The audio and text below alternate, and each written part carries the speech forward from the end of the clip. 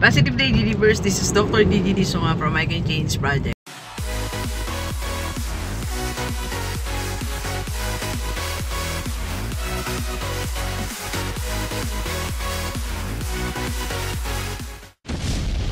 Magandang umaga sa lahat ng mga delivers natin.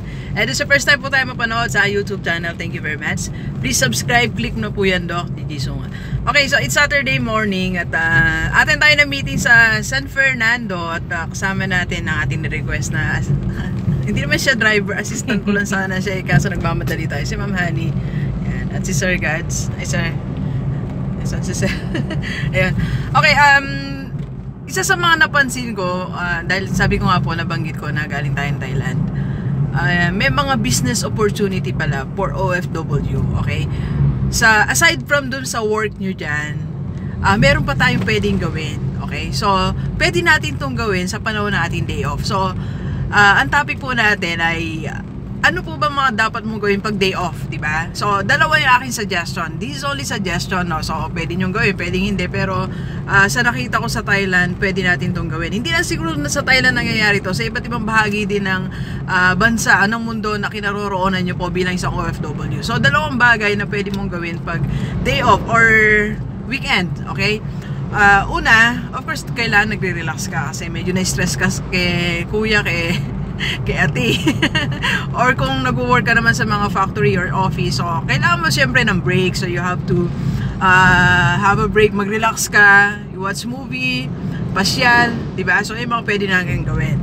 Okay, ang second na pwede mong gawin after mong ma-relax, umisip ka ng isang additional na pwede mong pagkakitaan, okay? So, ano ba yung mga pwede mong gawin? Okay, kwento ko sa inyo saan nangyari sa Thailand, Nung nag-iikot kami, nakita ako ng mga tindahan actually, nag-wholesale sila. So, wholesaler sila ng t-shirt, face towel, iba't ibang klase mga items.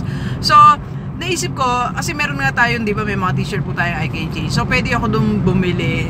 Kailangan lang may mag-assist sa akin, okay? So, ang pwede nyo po palang gawin, mga delivers na OFW, kumontak po kayo dito sa Pilipinas na merong mga ganong business na kailangan sila na mga bulk na mga items na available dyan sa bansa na kinaroroonan nyo. Then maipag-usap kayo, kayo na yung magbayad, magpadala sa cargo, mag-process, diba? So in other words, pwede kang mag-top up, okay? Pwede kang kumita doon. So sabihin mo lang, mag-add ka ng, let's say kung nasa Thailand ka, mag-add ka ng 10 baht or hindi, masyado malaki yun, kasi yung towel parang ano lang, Ma'am Honey, 12 baht pesos, 12 baht. So pwede mong sabihin na malaki na yun to. Yeah, kung halimbawa mag-add ka ng mga 3 bahts, 5 bahts, hindi ko alam kung paano, pero at least ang sinasabi ko po, yung day off mo pwede mo siyang i-maximize. Pwede ka pong kumita, okay? Pwede madagdagan ang income mo. So, nakapaglibang ka na at the same time, nakapag-business ka pa. So, isang klase ng business, nga, hanap ka ng contact mo dyan na nangangailangan sila. So, ikaw lang magpo-process, okay? Second naman, na paraan kung paano ka makapag-establish ng business mo while you're having your day off dyan.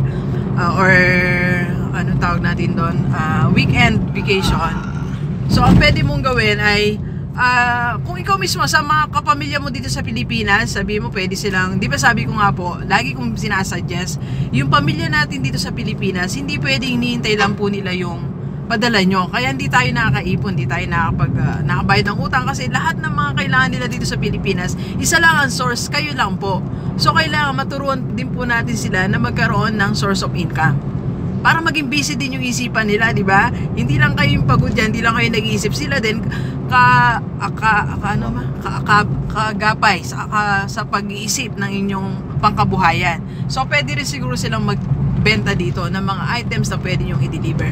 Marami na pong gumawa niyan. It's not the first time, okay? It's not the first time. Marami na po tayong nakakausap na ganyan. Kaya ko po siya ngayon binlag kasi nakita ko mismo ang opportunity, okay?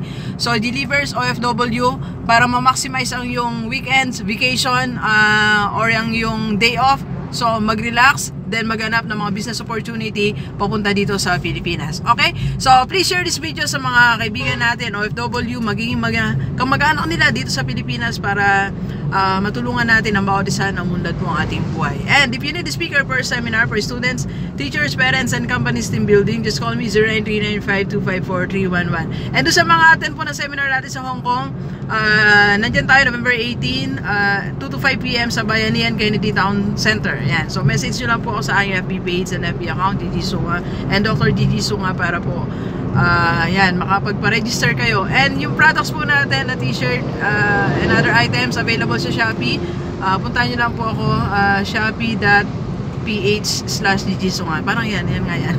Okay, so thank you very much, G-Livers. Enjoy the rest of the day and let's go!